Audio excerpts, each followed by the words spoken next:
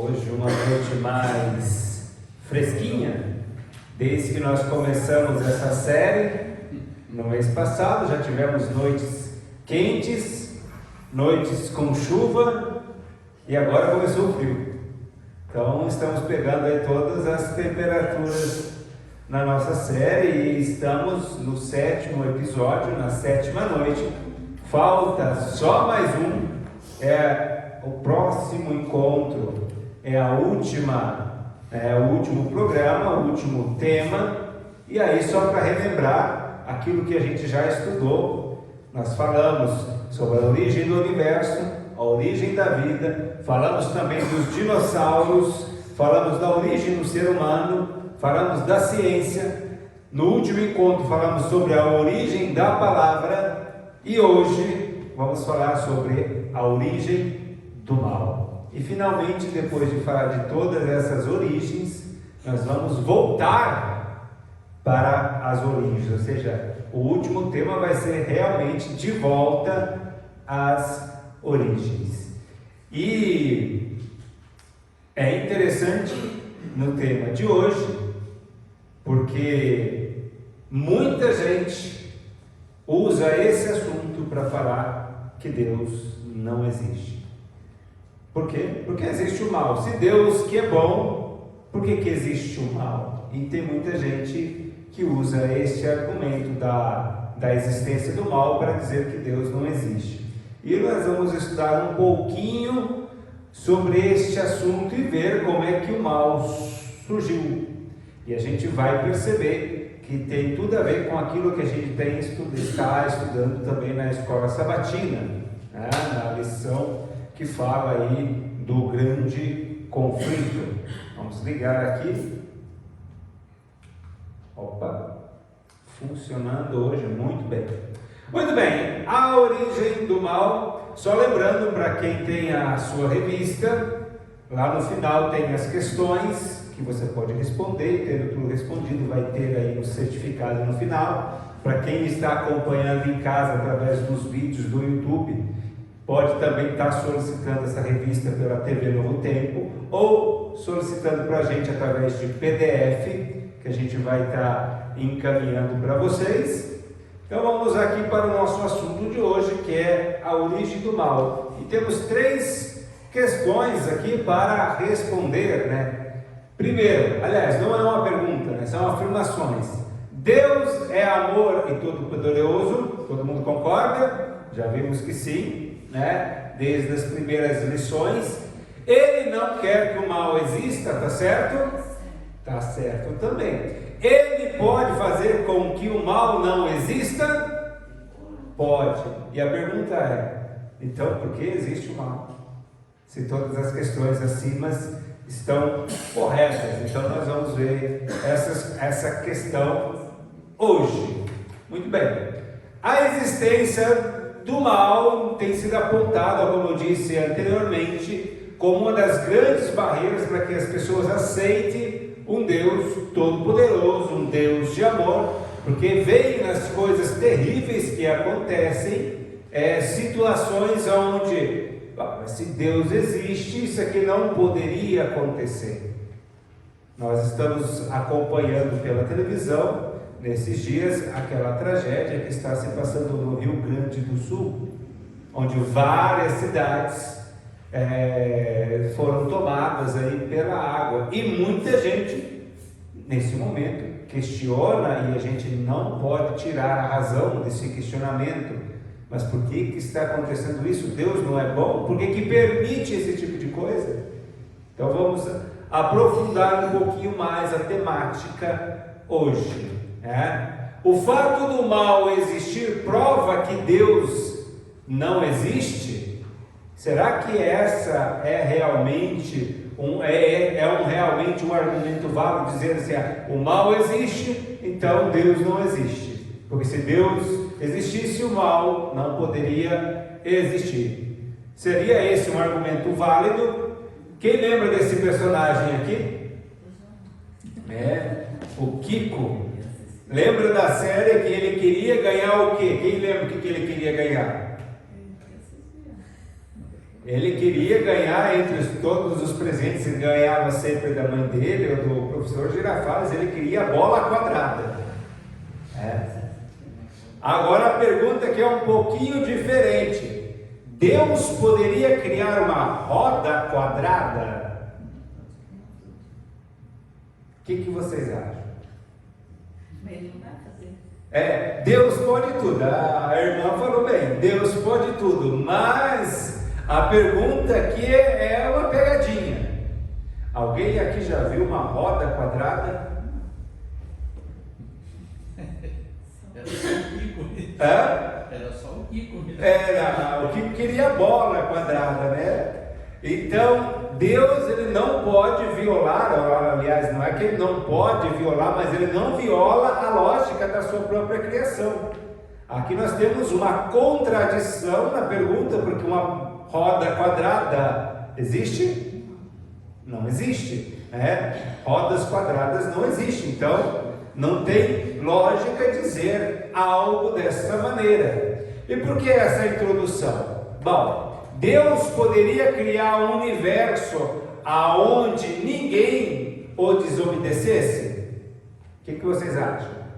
Aonde ninguém se rebelasse, aonde todo mundo obedecesse ele certinho, ele poderia fazer isso? Poderia ou não poderia? Poderia. A questão é, não seria esse universo, não seria o nosso, porque no nosso universo, nós aqui no nosso planeta, nós somos seres livres, dotados de livre-arbítrio, e podemos fazer escolhas entre servi-lo ou não servi-lo, fazer o certo, fazer o errado. Inclusive a Bíblia própria apresenta ali em Deuteronômio, Deus falando com o povo: olha, eu proponho para você aqui, tem a bênção, tem a maldição, eu te dou até um conselho, escolhe a bênção, mas se vocês quiserem ir para o outro lado, vocês são livres para fazer. Quando Josué falou com o pessoal, falou assim: olha, vocês escolhem aí quem vocês querem servir, a minha casa e eu vai servir a quem? O Senhor.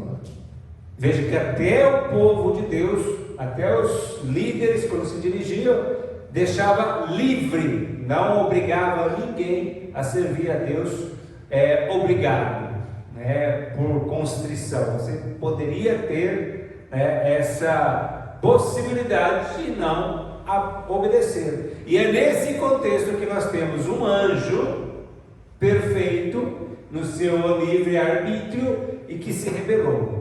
E eu sei que aqui é uma parte complicada, e aqui realmente é um mistério que não existe um teólogo ou alguém que possa vir e explicar como é que no coração de um ser perfeito criou-se a iniquidade, a rebelião.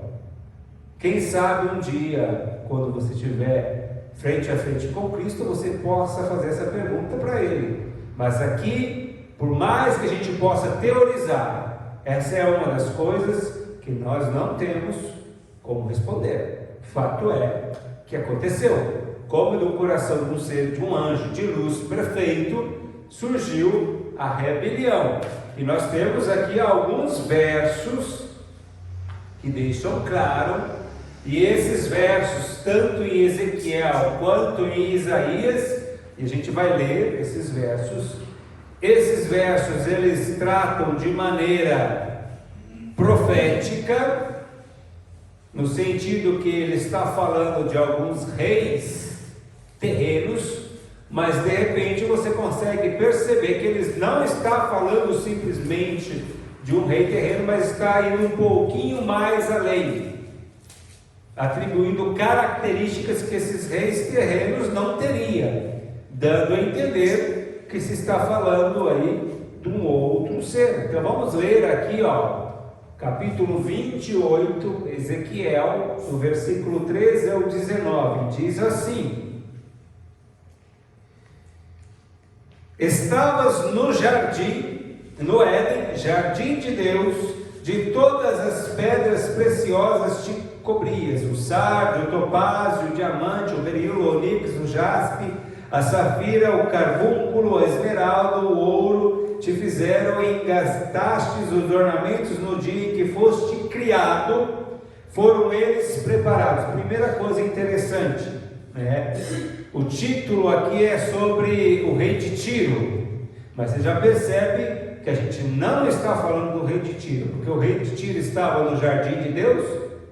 Não estava. Então é uma maneira aqui de dizer, né? Mas estamos falando de uma outra pessoa. Tu eras querubim da guarda ungido. O rei de Tiro era querubim da guarda ungido? Não, né? Te estabeleci, permanecias no monte santo de Deus, no brilho das pedras andavas, perfeito era nos teus caminhos. O rei de Tiro era perfeito? Ele não era nem do povo de Israel, né? Desde o dia em que foste criado, olha a palavrinha criado aqui, até que se achou iniquidade em ti. Aqui não se explica como isso aconteceu, como eu falei, é um mistério. Na multiplicação do seu comércio se encheu o teu interior de violência, e pecaste, pelo que te lançarei profanado fora do monte de Deus, e farei perecer, ó querubim da guarda, em meio ao brilho das pedras.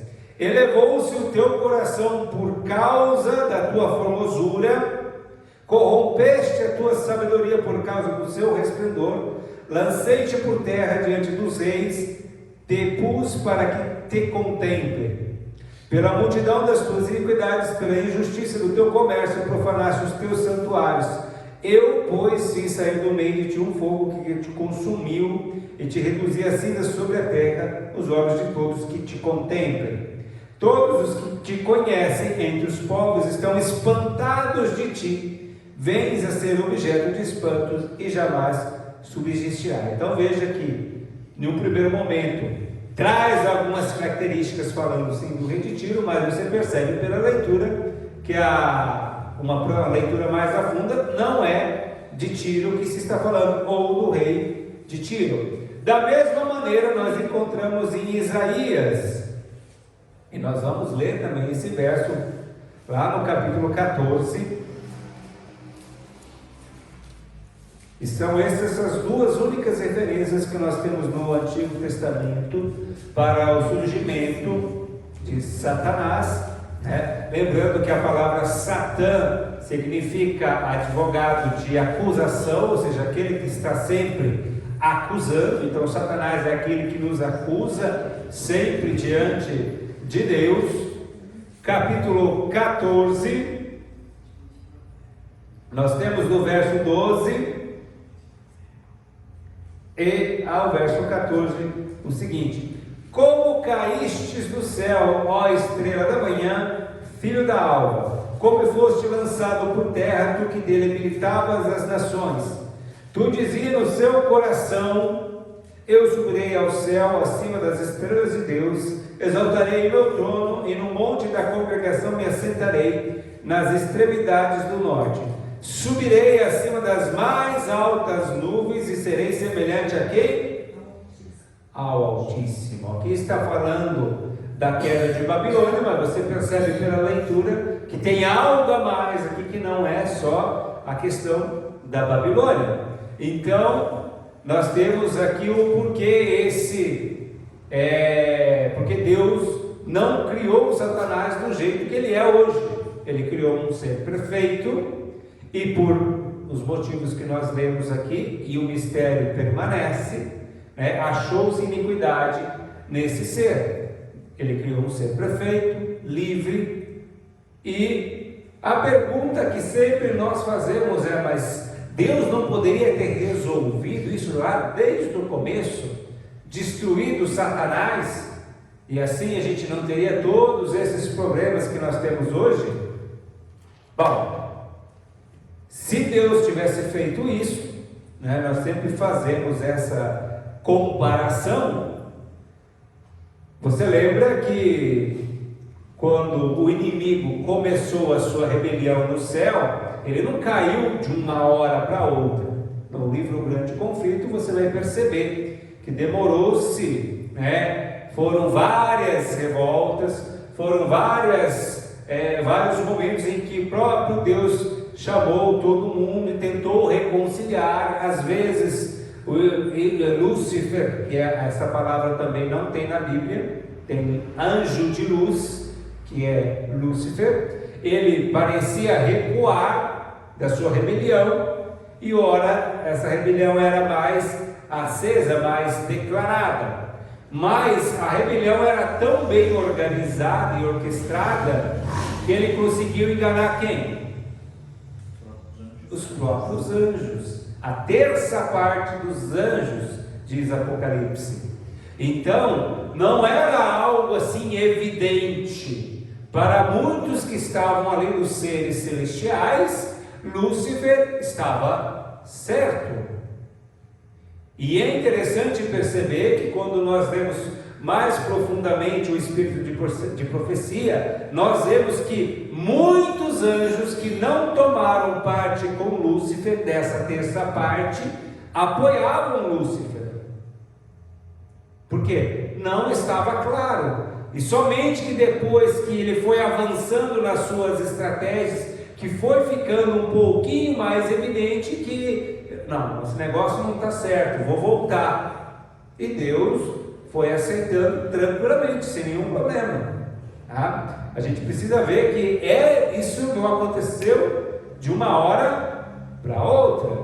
Tá? Então, os anjos ali, eles tiveram um tempo de comprovar o governo tanto de Lúcifer, aquilo que Lúcifer estava propondo como revolução, porque para ele estava agindo corretamente no interesse dos anjos, e os anjos estavam acreditando. Veja bem, isso é importante, porque muitas vezes você pensa assim, não, o inimigo não pode me enganar. Se ele enganou os anjos, quem sou eu? Se eu não depender de Deus, eu não tenho poder nenhum para resistir ao inimigo. Eu vou cair. Não ache que eu sozinho, se não for no poder de Deus, vou resistir. Eu vou ser enganado. Tá? Serei enganado.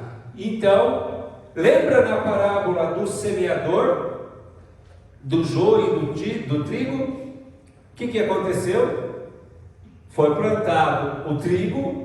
De repente o pessoal falou, mas tem um negócio aqui no meio, estranho. Podemos arrancar e queimar? O que Deus falou? Não arranca agora não, porque você vai ter o perigo de arrancar o trigo no lugar do joio.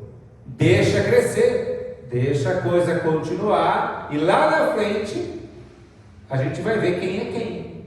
Então aqui é praticamente a mesma coisa. Deus deixou a semente crescer, a planta crescer, para que ficasse evidente que tipo de governo e todos pudessem estar comparando. E é interessante a gente perceber, né, que essa comparação, e aqui eu vou pular para um outro texto que está lá em Apocalipse e não se encontra aqui na nossa revista, mas tem total conexão com isso que nós estamos falando. Chegou um momento, depois de várias conversas, de várias tratativas, de arrumar a situação que estava acontecendo no céu, que não teve mais espaço ali. Falou assim não dá mais, né? Já tentamos de tudo. Veja que quem que começa a rebelião? Satanás. Agora vamos ler o verso 7. Verso 7 do capítulo 12 de Apocalipse. Diz assim: houve peleja no céu. Miguel e seus anjos pelejaram contra o dragão. E lá no versículo 4 a gente já estava vendo que era a terça parte, né? Também pelejaram o dragão e os seus anjos. Todavia não prevaleceram, nem mais se achou lugar no céu para eles. E é interessante a gente ler isso aqui, porque a gente não percebe um detalhe muito interessante, porque quem começou a rebelião foi Satanás. E quem começou a guerra? O que a Bíblia diz? Miguel. Deus. Miguel. Fala assim, olha, tem que botar um basta. Deus, ele começa a luta, fala assim, ó, daqui, porque não dá para falar assim, ó, por favor, senhor, educadamente deixe esse lugar, porque você não pode mais continuar aqui. Houve peleja. Por que houve peleja? Porque senão, aquilo que Satanás estava semeando ali no céu iria se alastrar muito mais do que já tinha se alastrado. E depois que já ficou evidente os tipos de governo e que cada um dos seres celestiais pôde fazer a sua escolha, falou assim, então, cada um já escolheu o seu lado, então vamos agora, o seu lado é esse? Então beleza, vamos começar a brincadeira. Como foi essa batalha? Também não sei. Mas foi uma batalha, porque teve expulsão, teve feridos, teve mortos, não sei. Mas não foi assim, por favor, com licença. A Bíblia é clara em dizer que é uma peleja, é uma guerra, E obviamente que o inimigo e seus anjos resistiram, porque fala que eles não queriam sair, mas a briga foi tão grande que não se prevaleceram, eles não puderam prevalecer. E aí acontece a queda de Lúcifer. Deus, que o criou como um ser livre, dotado de escolha, escolheu fazer aquilo que não deveria fazer naquele momento. Então vamos imaginar a seguinte situação. Vamos passar aqui, Ele arrastou a terça parte dos anjos, como nós já falamos, e caindo, agora ele passa a tentar corromper quem? O ser humano. É interessante perceber aqui, a gente colocou o ser humano, mas ele tenta corromper outros mundos criados também. Só que esses outros mundos não cederam a essa tentação, assim como nós não ficaríamos sendo tentados constantemente. Mas como nós fomos criados como seres livres, assim como os anjos do céu puderam fazer a sua escolha, o ser humano que tinha sido criado agora, ele também teria a oportunidade de fazer a sua escolha. E nós já sabemos que a nossa escolha não foi a melhor. E aí esse conflito, ele vem para onde? Da terra. Aqui continua, aliás, o conflito que se iniciou no céu. Satanás é responsável pelo que há de ruim no mundo, e por muitas vezes, e na maioria das vezes, ele tem sucesso em atribuir as tragédias que acontecem nesse mundo para Deus. E é muito fácil você perceber isso quando as pessoas falam. Se você vai para a Bíblia, você vai perceber que na história de Jó acontece um monte de coisa. Quem é que causou as tragédias na vida de Jó? Satanás. Você vai ver que Satanás atuou de todas as maneiras, inclusive dentro da própria natureza, para atormentar e atribular aí a vida de Jó. E é interessante que nós encontramos aqui, em relatos de 2 Coríntios, que fala que o próprio inimigo, ele se disfarça de quê? Então, não é difícil de ele nos enganar. A gente só não vai ser enganado se estiver bem firmado aonde? Na palavra de Deus.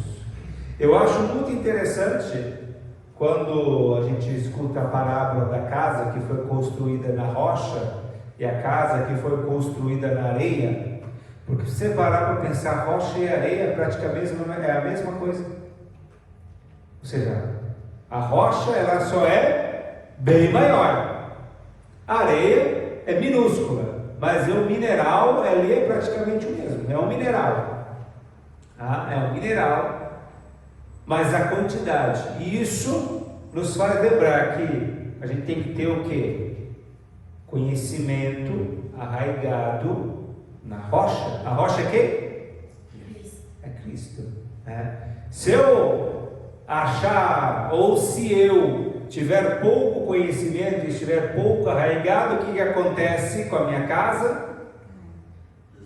Desmorona. Ou seja, se eu não tenho conhecimento suficiente daquilo que eu devo conhecer, a Bíblia mesmo fala que qualquer vento de doutrina te arrasta, porque a sua casa não tem alicerce. Você escuta alguma coisa ali fora, não, está certo, eu vou lá. E vai lá ver e você é enganado. E ser enganado não é algo difícil, tanto é que a Bíblia fala que o inimigo está andando em derredor, procurando a quem devorar, e ele está tentando enganar quem? Se possível, os eleitos, aqueles que estão o quê? Firmes na palavra. Aquele que não está firme na palavra, não está nem se preocupando, porque aquele ali vai ser fácil. Aquele vai ser fácil. Então, se a gente não... E a Bíblia tem várias advertências. Olha, aquele que está de pé, cuida para não cair. Aquele que está correndo, ó, presta atenção na sua coroa, para que ninguém tome. Ah, você que está aqui vindo no banquete, ó, cuida do seu lugar, porque vai vir muitos de outros lugares, vai sentar no lugar que era teu. Tem várias advertências bíblicas para a gente que está aqui dentro da igreja, não para quem tem lá fora. Nós temos uma missão com quem está lá fora, mas a maioria das advertências é para nós, que temos que nos cuidar para que a gente não caia. E quando nós falamos de grande conflito, muita gente acha que é isso aqui. Alguém já viu essa imagem? É muito comum aí na internet, né? Um braço de ferro, né, entre o inimigo e Jesus, e tem gente que acha e fala que isso é o conflito que existe entre Cristo e Satanás. Quero dizer, isso aqui não tem nada a ver com conflito. Essa imagem aqui, ela é enganosa. Não existe uma queda de braço entre o inimigo e Satanás. Porque o que é uma queda de braço? Se eu for jogar uma queda de braço, e ali parece, você perceber bem, parece que está meio igual o negócio, né? Não existe isso. Isso não é um grande conflito. Se Jesus fosse travar uma batalha como essa, não ia ser um grande conflito, ia ser um grande massacre. Porque o poder de Deus é muito maior. Não existe uma queda de braço. É a mesma coisa de eu pegar uma criancinha e falar: vou usar um dedinho só com você. Não existe aquilo naquela cena. Existe um grande conflito, sim, a ser travado por nós. E esse grande conflito acontece nas decisões que nós tomamos no dia a dia. Tá? Isso é uma cena de desenho animado. Mas essa cena aqui representa muito mais o grande conflito que a cena anterior. Porque aqui está as decisões que nós tomamos no dia a dia. E a cada decisão que a gente toma, parece que a gente quer fazer uma coisa e a gente escuta uma voz: olha, faz isso que vai ser bom para você, não sei o quê. Ó, isso não é certo, né? Você tem essas experiências para contar, onde você fica dialogando, né, internamente, para tentar chegar a algum lugar? Essa sim é um grande conflito. Esse conflito acontece constantemente. Essa é uma batalha por quem? Pelo nosso coração, a quem nós servimos. Esse é um conflito. E quem é que vai vencer essa batalha? Quem a gente estiver alimentando mais. A irmã já falou, essa batalha já foi vencida. Só que se eu estiver alimentando mais um lado, e o outro lado eu deixar minguar, ou seja, se eu não estiver forte aqui, o outro lado vence, porque eu deixo vencer. Mas a verdade é que Cristo já venceu, e Ele venceu por mim, venceu no meu lugar. Eu preciso aceitar. E aí falando em batalha, né, nós temos aqui o que está lá em Efésios 6,12. Porque não temos que lutar contra carne e sangue. Agora, nós não temos que lutar contra carne e sangue. Ou seja, não tem que lutar contra um irmão, contra uma pessoa que eu estou vendo. Não é uma batalha física, mas sim contra principados, potestades, contra os príncipes das trevas deste século, contra as hostes espirituais da maldade nos lugares. Veja, a gente não vê nada disso, mas é uma luta tremenda pelo seu coração, que está sendo disputada nesse momento. Não é uma queda de braço, porque se fosse uma queda de braço, já tinha sido terminada há muito tempo, tá? Assim, é terminada há muito tempo, e nós estamos aqui no meio dessa batalha cósmica, que logo terá fim. Só que até lá, nós temos que ter todo o cuidado. Estamos no meio dessa batalha.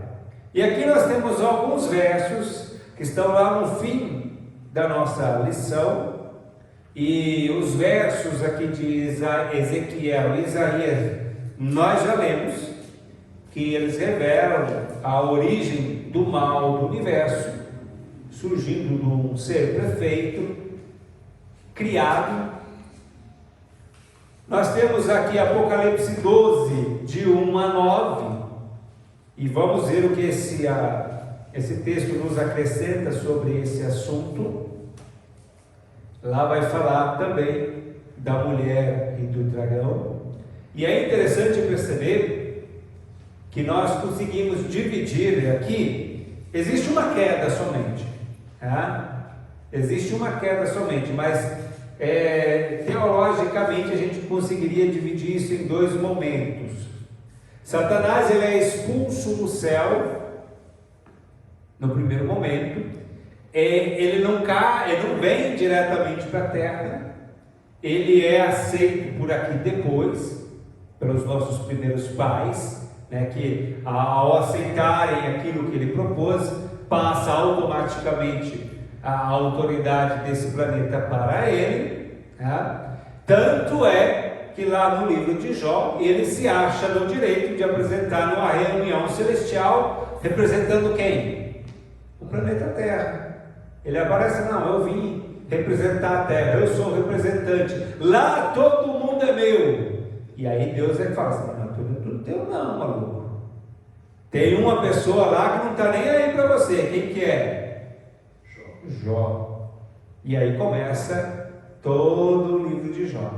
Então esse é o contexto. Agora perceba que mesmo Satanás tendo sido expulso do céu no primeiro momento, ele ainda tem essa autonomia de se apresentar diante das hostes celestiais e de outros seres para reuniões, e inclusive 2 vezes acontece isso no livro de Jó.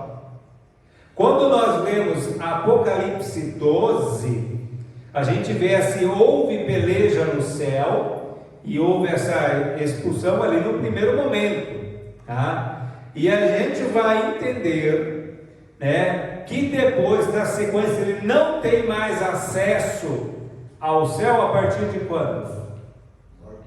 A morte de Cristo.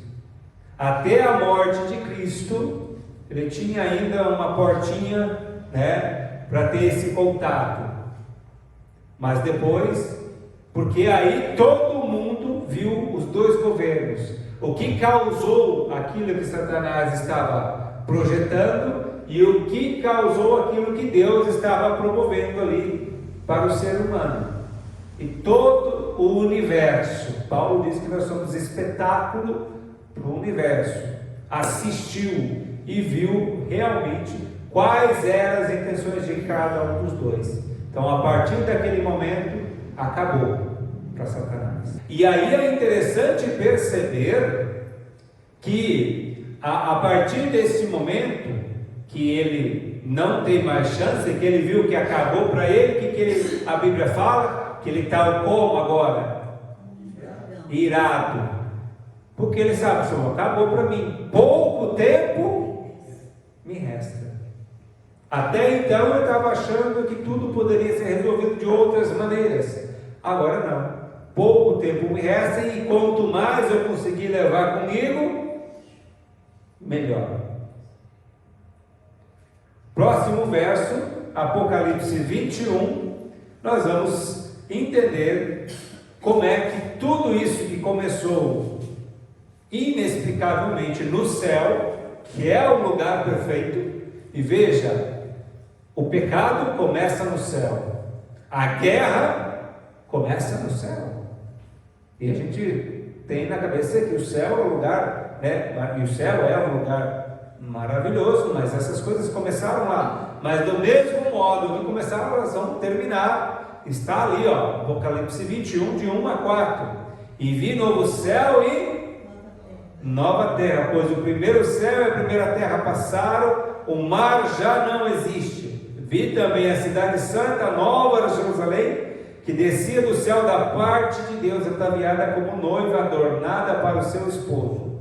Então ouvi grande voz vinda do trono, dizendo: eis o tabernáculo de Deus com os homens, Deus habitará com eles, eles serão povos de Deus, e Deus mesmo estará com eles. Ele enxugará dos olhos toda lágrima, morte já não existirá, não haverá luto, nem pranto, nem dor, porque as primeiras coisas, nós vemos aqui que a partir desse momento, aquilo que era perfeito voltará a ser perfeito, e que a minha decisão e a sua decisão nessa batalha que está acontecendo na mente do ser humano, na mente de cada um de nós, nós possamos ter no estudo da Bíblia, na oração diária, nos colocarmos do lado de Deus, para que possamos estar neste lugar, e pedindo sempre, obviamente, a proteção dos santos anjos para poder estar nesse lugar, que voltará a ser perfeito, como foi criado perfeito no início da Bíblia. A Bíblia começa com a criação e termina com a recriação. Que Deus venha nos abençoar para tanto. Nosso tema justamente é esse, para o nosso último encontro. De volta às origens. As origens, que era perfeito, voltaremos para essa origem agora. Que Deus venha nos abençoar para tanto, é o que desejamos nesta noite.